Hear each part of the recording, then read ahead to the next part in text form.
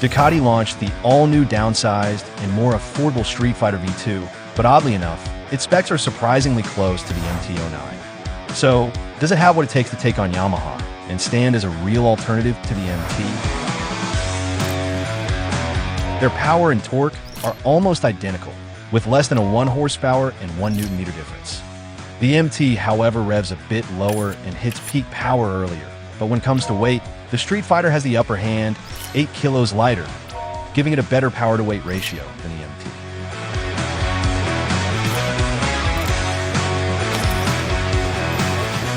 The MT-09 has an extra cylinder, but both pack the same 890cc displacement. The Streetfighter, however, has a more over-square design, letting it rev higher, and it also runs a noticeably higher compression ratio. When it comes to the valve train, both use conventional double overhead cam setup with spring-actuated valves, so no Desmo magic on a Ducati, but it does have a variable intake system, helping it deliver a broad power band. As for the transmission, both come with a 6-speed gearbox and a slip-in assist clutch. Though performance-wise, they're pretty much neck and neck, the MT stands out when it comes to electronics, with Yamaha packing in all their latest tech and rider aids. Both bikes come with a 6-axis IMU, ride-by-wire, multiple ride modes, an up and down quick shifter, traction control, slide control, wheelie control, engine brake control, and a TFT display. But Yamaha didn't stop there. It also throws in a back slip regulator to help the slipper clutch smooth out rear wheel lockup under hard engine braking, a keyless system, built-in multimedia with turn-by-turn navigation, and cruise control.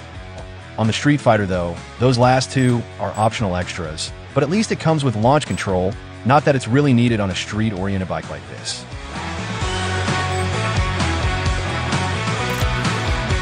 The Streetfighter V2 borrows its frame from the Panigale V2, an aluminum monocoque chassis that doubles as the air box, while the MT gets an aluminum perimeter frame. The Streetfighter gets fully adjustable Öhlins forks, while the MT-09 SP's forks are similar to the base model, but feature a diamond-like coating on the stanchions and an outer gold anodized finish. Then at the rear, both bikes feature fully adjustable Öhlins shocks. Braking is handled by Brembo on both bikes, but the MT gets the higher-spec Stylema calipers, whereas the Streetfighter comes with M50 calipers. Another weight-saving trick Ducati uses is a lightweight lithium battery, while the MT sticks with a standard lead-acid one.